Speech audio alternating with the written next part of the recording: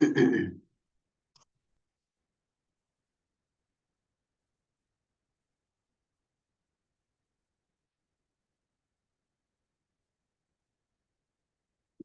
Radha Madhava Kunja Vihari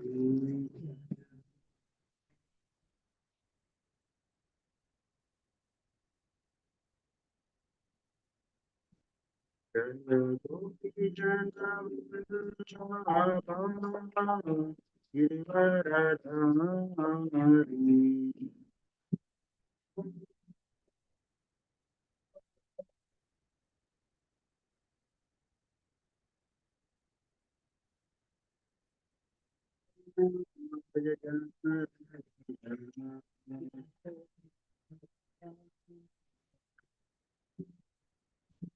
Yamuna Tira Vanachari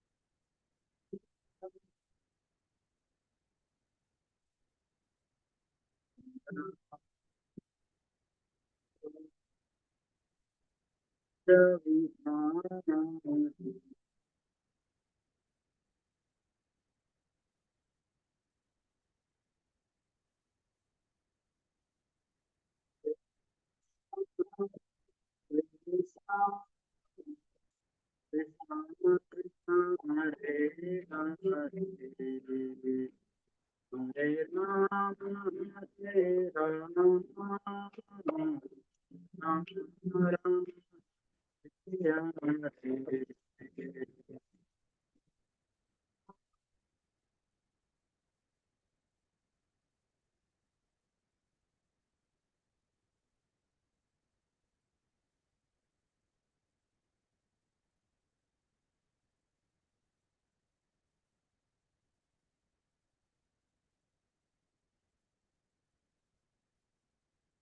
Hare Krishna, Hare Krishna, Krishna Krishna, Hare Hare, Hare Ram, Hare Ram, Ram Ram, Hare Hare.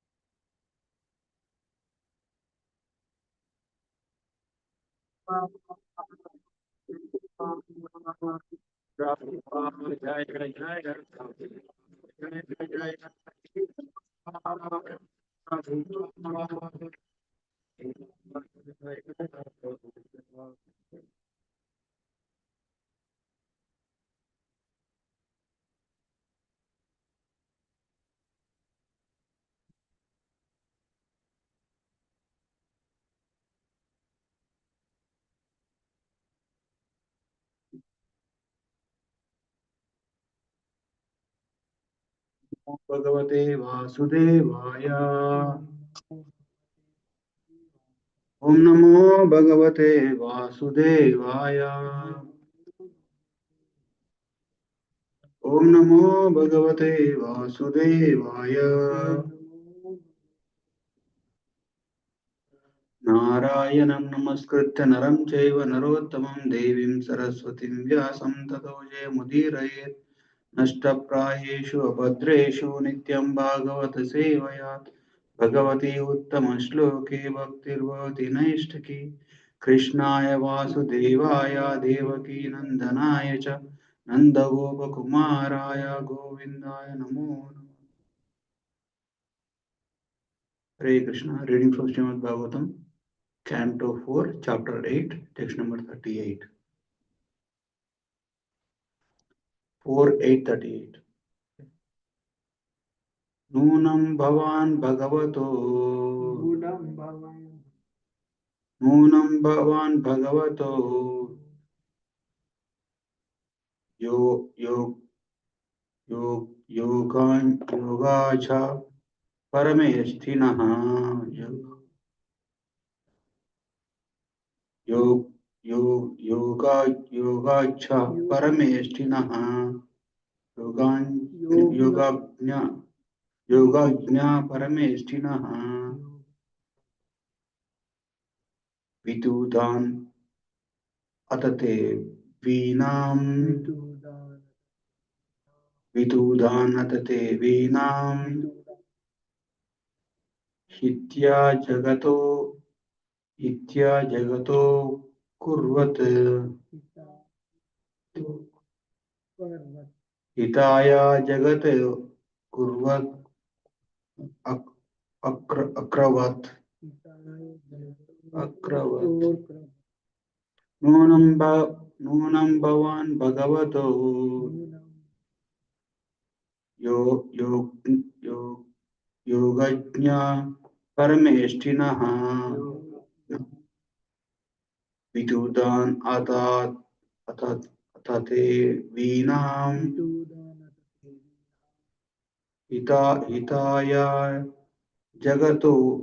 Hitaya Jagator Arkavat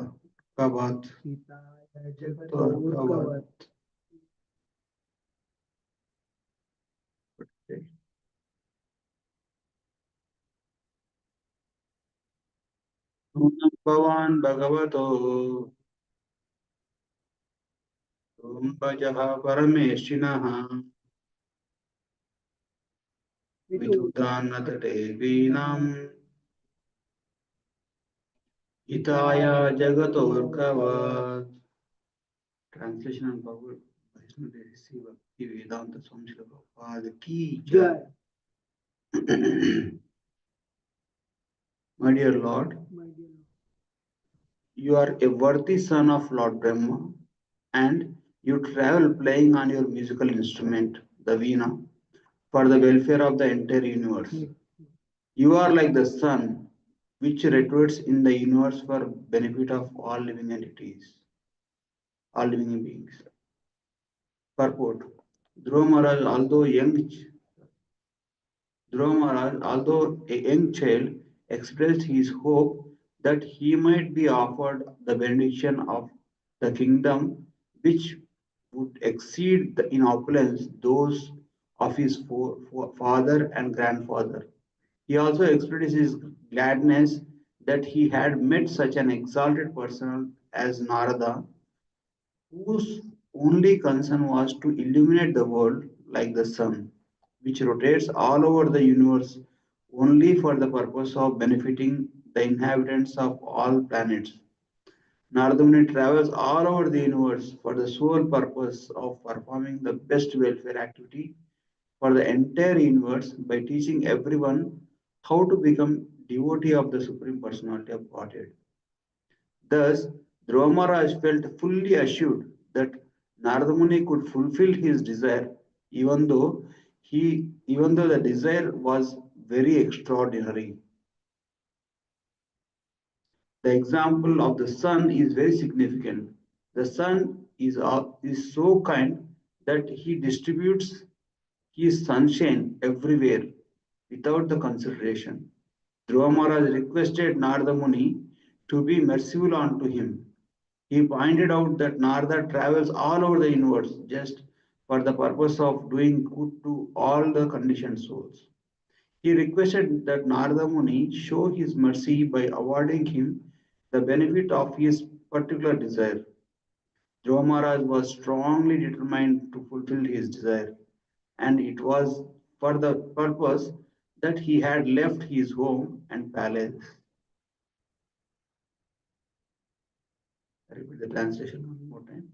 My dear Lord, you are worthy son of Lord Brahma, and you travel playing on your musical instrument, the veena, for the welfare of the entire universe. You are like the sun, which rotates in the universe for the benefit of all living beings.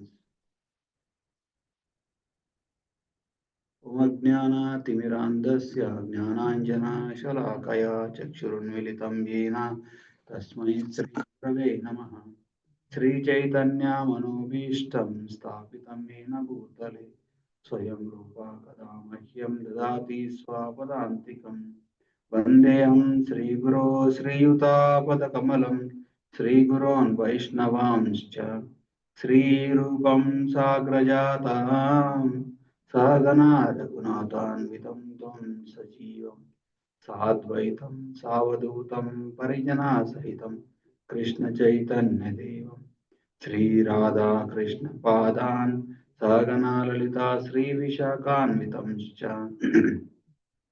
हे कृष्णा करुणा सिंधो दीनबंधो जगत्पते गोपेश गोपिका कांता राधा कांता नमोस्तुते तप्त कांचन गौरंगी राधे वृंदावनेश्वरी वृषभानुसुते देवी प्रणमामि हरिप्रिये जय श्री कृष्ण चैतन्य प्रभु नित्यानंद श्री अद्वैता गदाधरा श्रीवासादि गौर भक्त वृंदा हरे कृष्णा कृष्णा कृष्णा हरे हरे हरे राम राम राम हरे हरे मुखं करोति वाचालं पंगं लंघायते गिरिं यत्कृपातमहं वन्दे श्रीगुरोन् दिनतारणं परमानन्दमाधवं श्रीचैतन्येश्वरं वाञ्छाकल्पतरुभ्यश्च कृपा सिन्धुभ्य एव च पतितानां पावनेभ्यो वैष्णवेभ्यो नमो नमः Nandagod Vaishnavanda ki jai. Hare Krishna. Thank you for joining today's discussion on Srimad Bhagavatam. I seek the blessings of all the assembled Vaishnavas, especially Yugal Kishore Prabhu and other devotees. Hare Krishna. So, here in this verse, Dhruva Maharaj met Narada Muni and he expressed his desire uh, and he expressed his desire to have the kingdom much greater than that of his father and grandfather. So this seemed to be very impractical desire. If somebody says no, like there is in the self development sessions, they say your goal should be practical. Hmm. So like that, Dhruva Maharaj's goal was very impractical. His father was Uttanapada, he is the ruler of entire earthly planet, and his grandfather was Lord Brahma.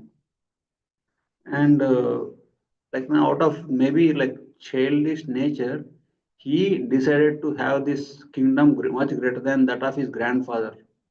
Means like he literally says, "I want the kingdom much greater than anybody in this world."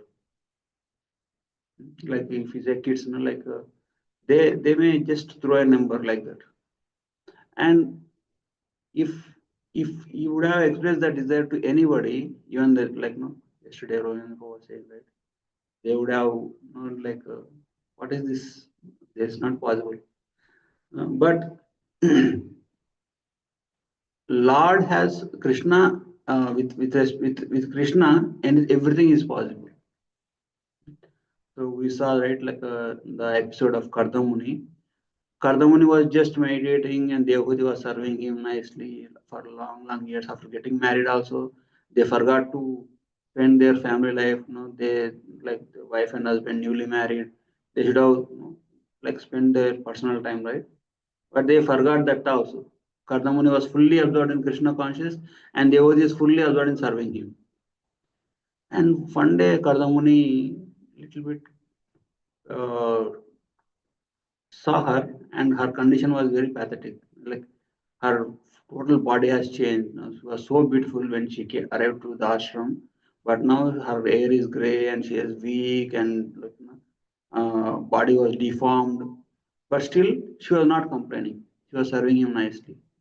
Kardamuni looking at her and said, "Oh, Devavati, you have been serving me so nicely. What can I do for you?" And Devavati, instead of asking for bhakti, she asked, "Let me have son because you gave the word right to my." She didn't ask, "I let me have." She said, "My dear Lord, you gave the word to my parents that you will bestow me some children. Please try to fulfill that promise." That benediction also she asked very indulgently. And Kardamuni says, "Okay, and to have children, we should have a nice home." And he just intention he wanted to create a nice mansion, and he desired like no with his yogic power he desired let there be a nice mansion, and the mansion manifested in such a grand way that he himself got bewildered. So what is this? It means it is not by his power everything is happening. It is Lord's desire to bestow him the best of the best thing. And this mansion is aerial mansion, like it can go travel to anywhere everywhere, and it has nice gardens, like it's like entire city is traveling in the air. So means like if Lord has to give any material benediction, he will give in such a way that everybody will know that this is that this like no, this is how the devotees will enjoy. That's a Lord Krishna's another name is Hari. He will take away all the material anxieties. So like that, Dhruva Maharaj, he said, I wanted a kingdom greater than that of my grandfather. And he, like after, he performed tapasya for 6 months, very intense tapasya. And then Lord comes. After Lord comes, Dhruva Maharaj forgets his what you call desire. Said, my dear Lord, I saw you. What else I need? I don't have any desires. I was looking for broken pieces of glasses. Now I achieved rare diamond. Like that, he is shadow glorifying. So then Lord says, okay. Then finally give a lot of blessings, and finally says, you will rule this earthly planet for 36,000 years, and then after that you will come to Dhruva Loka, which is above the Brahma Loka. Even Brahmaji's planet will go away, but your planet will stay. Means whatever the desire Dhruva Maharaj had, Dhruva Maharaj himself forgot, but Lord remembers. This was your desire when you started from your home. So I'm fulfilling the desire. So like that, how Dhruva Maharaj was able to achieve such a wonderful feat of a wonderful kingdom and such a is only by the mercy of devotees. See, first devotee is his mother Suniti, who directed him to approach Krishna, and second devotee was Narada Muni, who taught him how to do austerities, how to perform austerities, uh, how to worship Lord, and he gave the mantra and everything. So for any achievement to happen, we should have these two main ingredients: blessings of the devotees, blessings of Guru, and then mercy of the Lord. So that's why Krishna says, Madbhakta Puja Abhyadika means my devotees are more qualified than me. So Krishna wants to prove this point again, again, and again, again. If you want to please me, don't worship me. Please my devotees.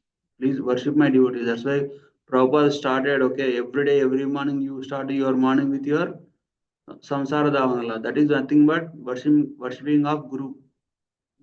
And then after chanting, immediately worship Guru again. So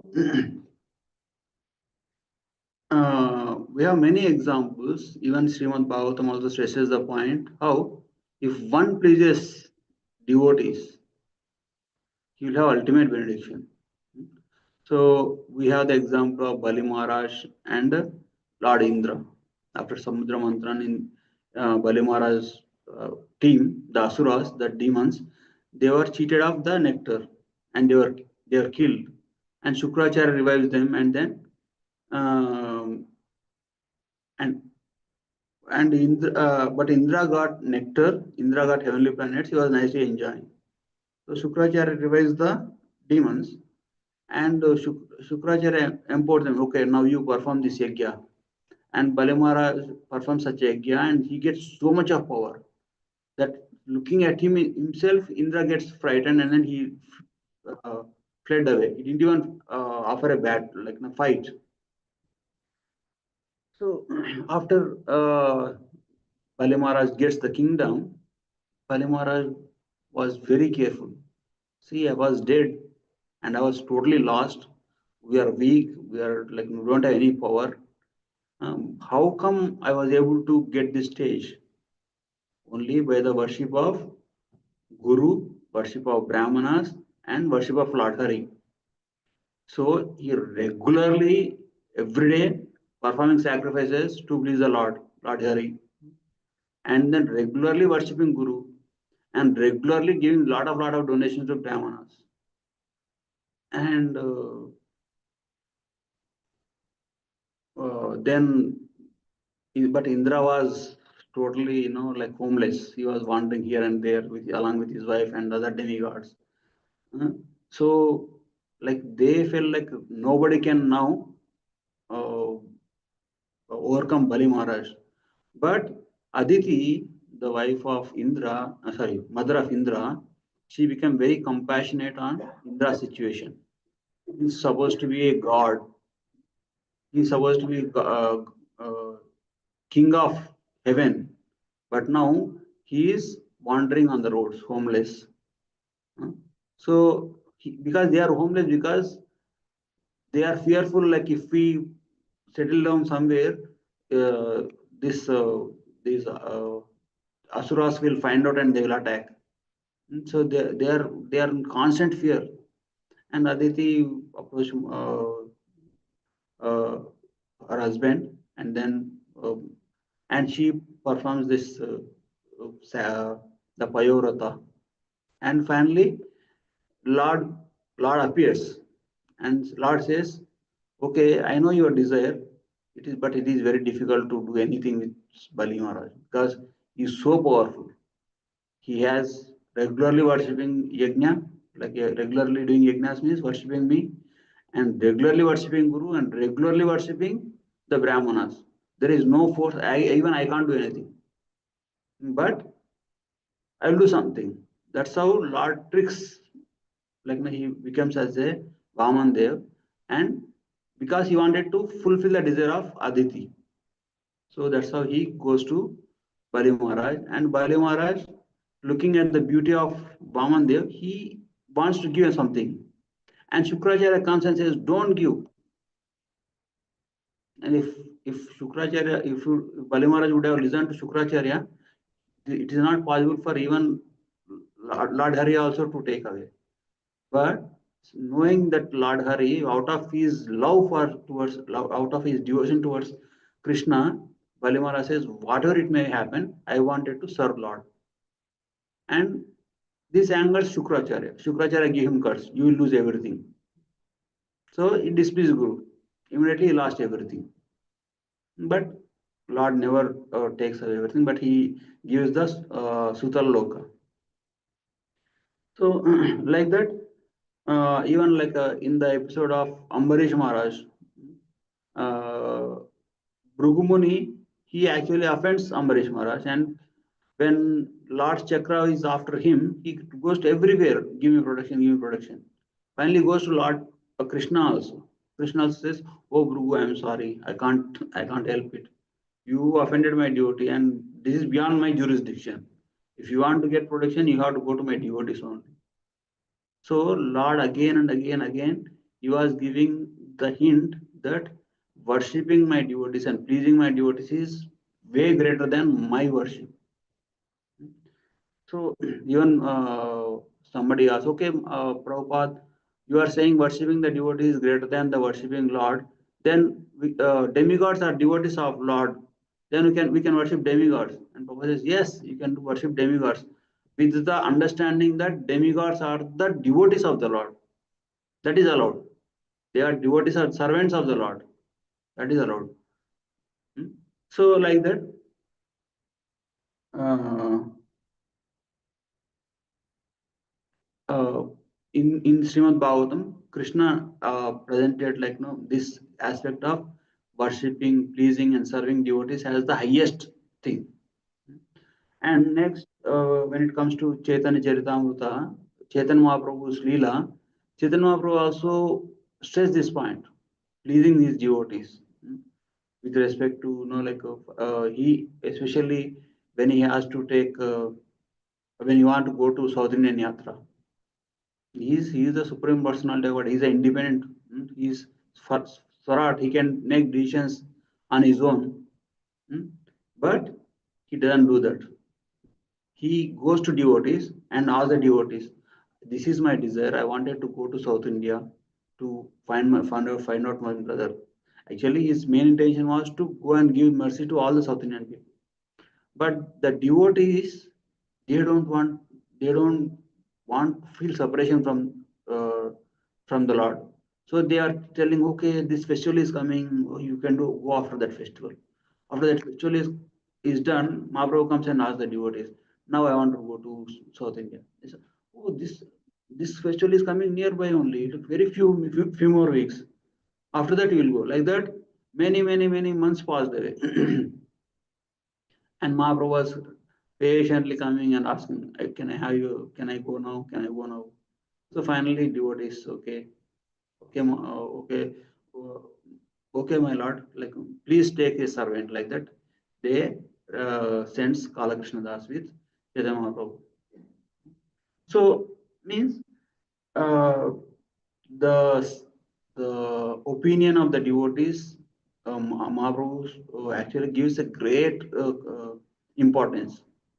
Even in Bhagavad Gita, Krishna says to Arjuna, Arjuna declare that my devotee never perishes. Hmm? Uh, then our Acharya says that Lord would have declared it. Like my devotee will never perish, I will take care of my devotees.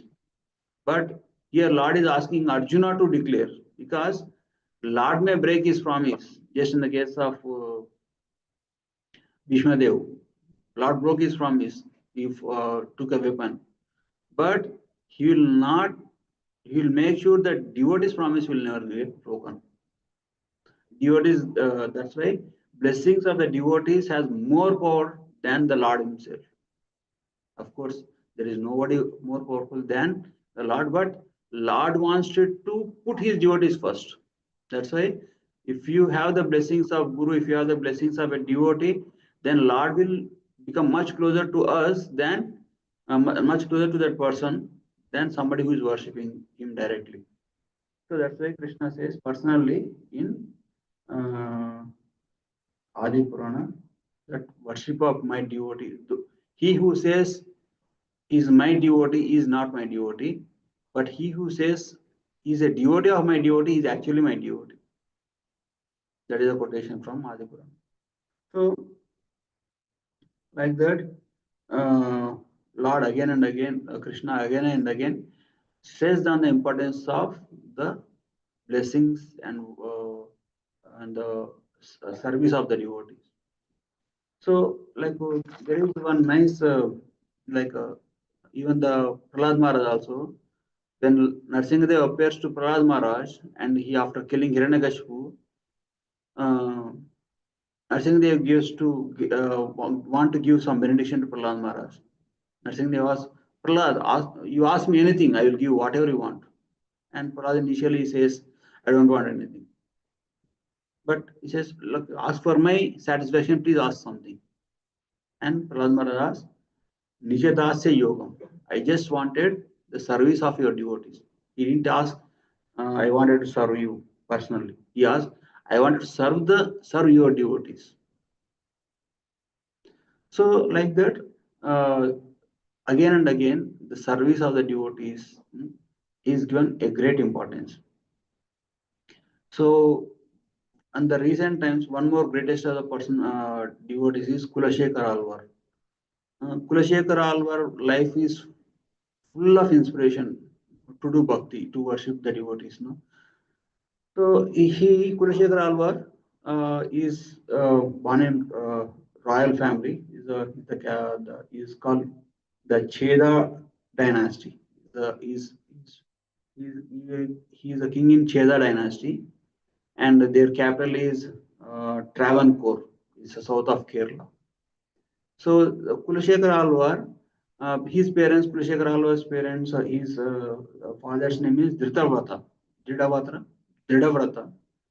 So, and they didn't have any children, but the Dridhavrata is also a great devotee.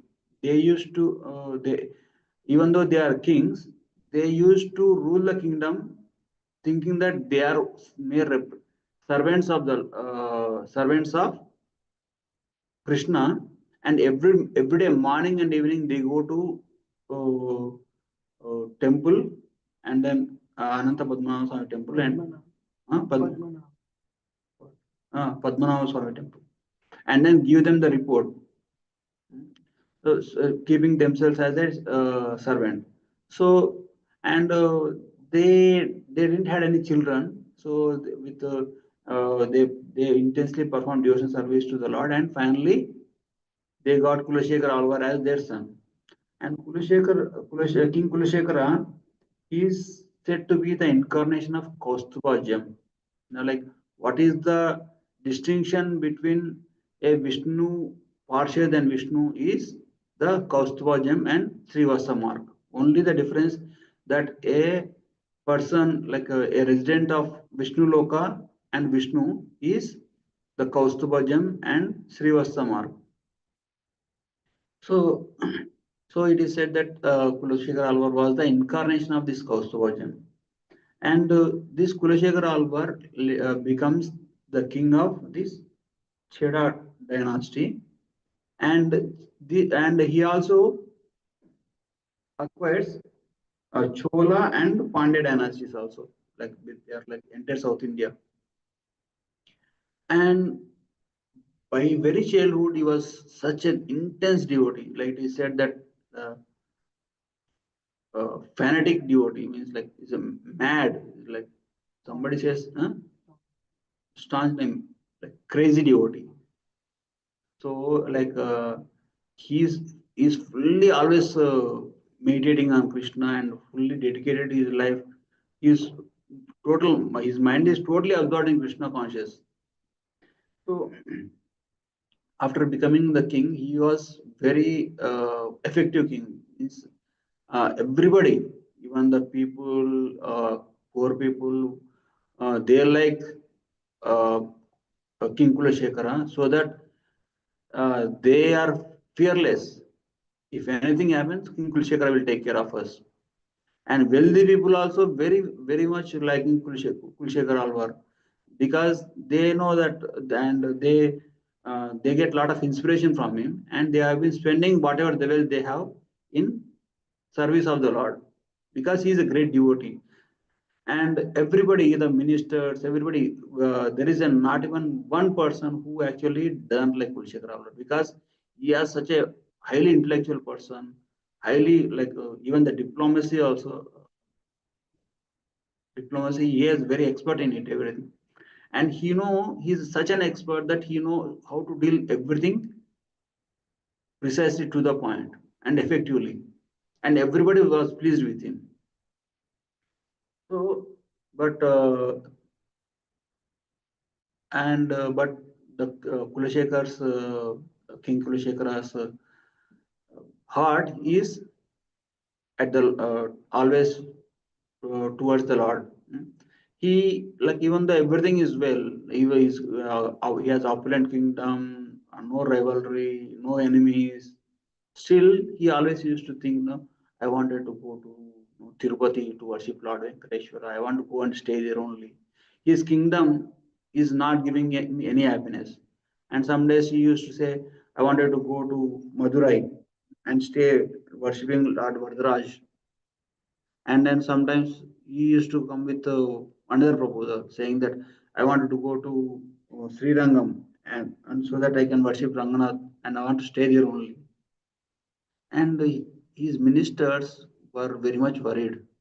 This kind of what you call desires, king's desires are increasing, and this may actually take us our king away from us. Hmm? So, and King Kulashekara had this understanding that worship of devotees is the perfection, which will lead to the perfection of life. Hmm?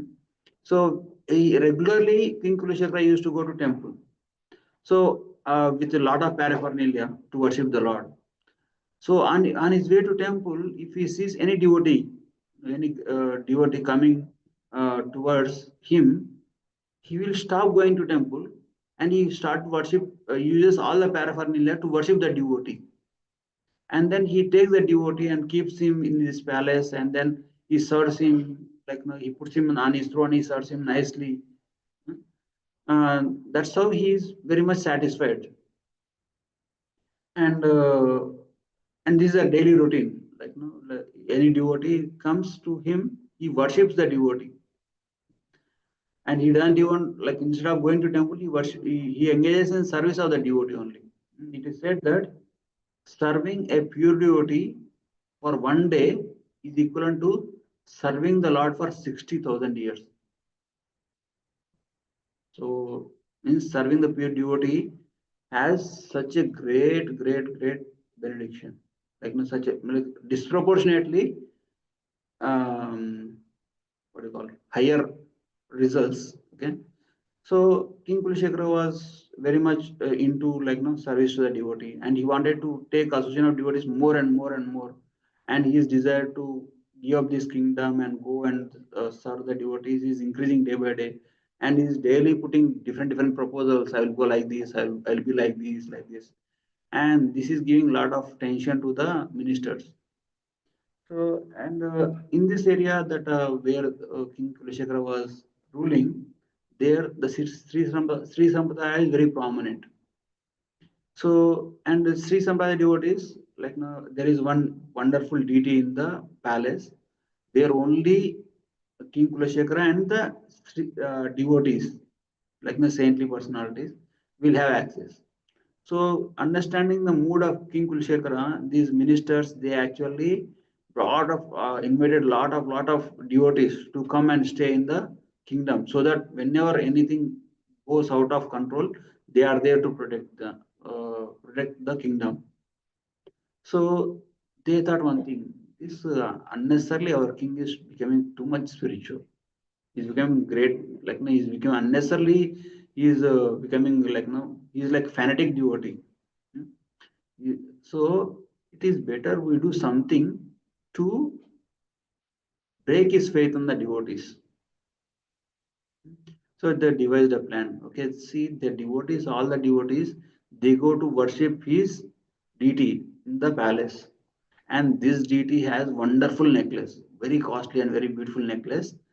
Let us take away that necklace and put the blame on the devotees, because he is a just king. Like no, he as a king, he has to make the decision. And when he comes to know that the devotees are stealing, then he will lose the faith on the devotees. So like that, they devised a plan. So they stole the king. The ministers themselves stole the necklace, and then said to King Kulashekara that this necklace is missing. I think we did a thorough investigation. In our investigation, we found that these devotees they took it away, and King Kulashekara becomes totally, very upset hearing that. Don't ever speak like that in front of me. Devotees can never steal this. Devotees can never come under that influence of such a inferior, such a degraded, what you call, mentality. So devotees are always selfless, non-envious, and he glorifies the devotees. And and when the minister says, "No, Maharaj, there is no other possibility other than this thing," like that they say. Then okay, now I will prove the devotees didn't take. So get me a cobra, no, like king cobra, in a pot, and I will put my hand and touch that cobra. If that cobra bites me, means the devotee has taken. If that cobra doesn't bite me, means devotees didn't take that ornament. That is my resolution. Go and get the cobra. And hearing this, the ministers almost got fainted. We were thinking that he will actually blame the devotees and drive away the devotees. Now, on the two cases, even if like we are going to either we lose, instead of losing him, we are actually putting his life at risk. And but it's king's order. They goes and puts very poisonous cobra in a pot and then brings to him. And then he just put his hand to the cobra. Like even though, but even though his hand is available, the cobra didn't even attempts to touch the hand of the King Kulshekar. And King Kulshekar says, "See, this is the proof. What else you need?" So devotees didn't take. And these ministers came to the senses and then finally confessed, "Please forgive us, Lord. It is we wanted to break your faith on the devotees. That is our mistake." And King Kulishikara, being very compassionate person, he forgave them. But his uh, his impression on the kingdom and the ministers is like he lost all the good impression. He doesn't want to stay in the presence of the persons who tried to blame the devotees. These ministers, they didn't go directly. They didn't go directly and offend any devotee. Also, they tried to accuse the devotees. So he was not able to tolerate the presence of the personalities.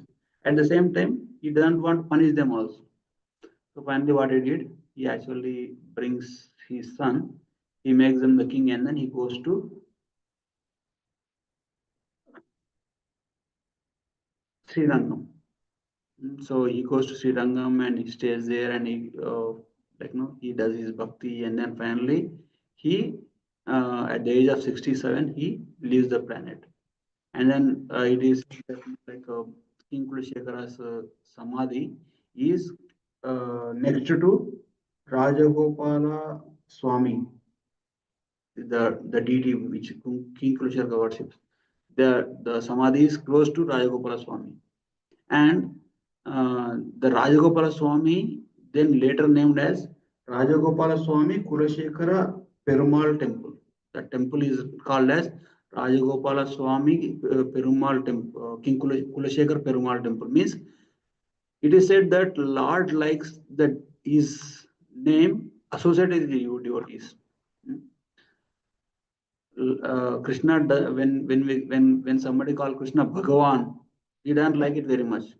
But if somebody calls Nandanandan, Yashodanandan, that kind of names which are connected to devotees, it is very pleasing to him. So like that, even in the episode of King Kulishekar also, he Lord actually took the name of King Kulishekar Alvar's Perumal. He is a deity of King Kulashekara. So like that, worship of devotees. If you want to please the Lord, everything is possible only by the sanction of Krishna.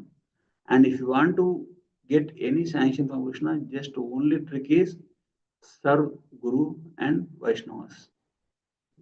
So that is the essence of material opulence and also spiritual opulence. Okay? That's what I can think of. And we know the episodes of King Kurushekar, right? Like he was so mad. Like one time, like whenever he regularly used to hear Ramayana, he used to live in the pastimes of Ramayana. If somebody says, "Oh, Ram has born," immediately, okay, now today festival, go and celebrate festival. Everybody and ministers has to spend all the money, lot of money for every time, and then uh, and then when again when say okay, oh, Ram is getting coronated. Okay, Ram is getting coronated.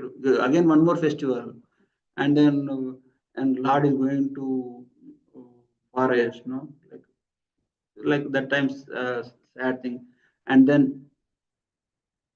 one time when they say that Shurpanaka came and then he tried to entice, and then Shurpanaka took offense because offended by Lakshman. She goes to reports to Karandushan, and Karandushan came to fight with Lord Ram for 14,000 soldiers. Yet to that point only, immediately says, "Hey, come, my dear commander, come, no, let us take our army, let us go to Janasthan to help Lord Ram." And he didn't even care to listen what happened next also. Then because he's the king, everybody has to listen to him. So they prepared. Everybody knows we are going to fight nobody with all the caravans and then soldiers. Finally, some devotees are coming in the direction. It says, "Oh, this Lord Ram single-handedly defeated all the armies of Karandushan, and he killed Karandushan also." Then, oh, immediately party again. So like that, he- every day is a test for these ministers. You every day these minister has to go through a lot of anxiety. What will come to the king's mind? But they loved him so much that they wanted to do everything. So finally, we all know that pastime, right? They told them no negative pastimes in the Ramayana. Only positive things, only no negative things. They strictly gave this instruction to that Brahmana who recited the Ramayana. So one time what happened, this Ramana has to go somewhere. He sent his son, you go and recite.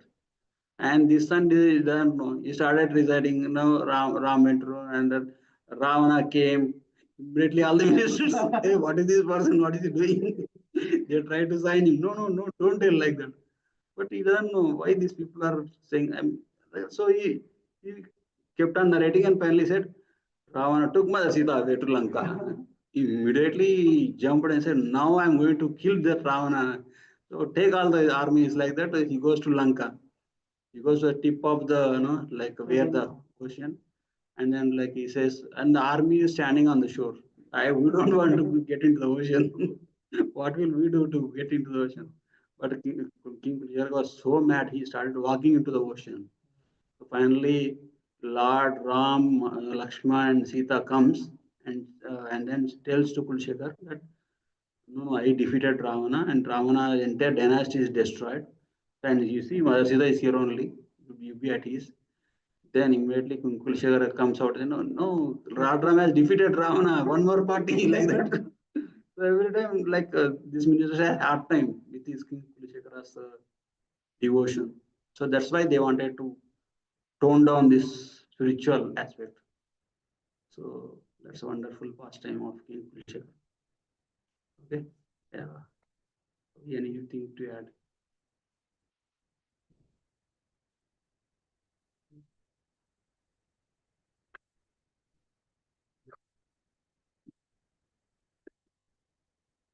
The devotee. That's right. Intoxicated devotee. Hare Krishna online. Anybody have any questions or comments? Anything to say, Mataji? You have anything to say? Hare Krishna. Hare Okay. Krishna Prabhu. Thank you so much. Blended Srimad Bhagavatam ki Jai Gaurapad ki Jai Anant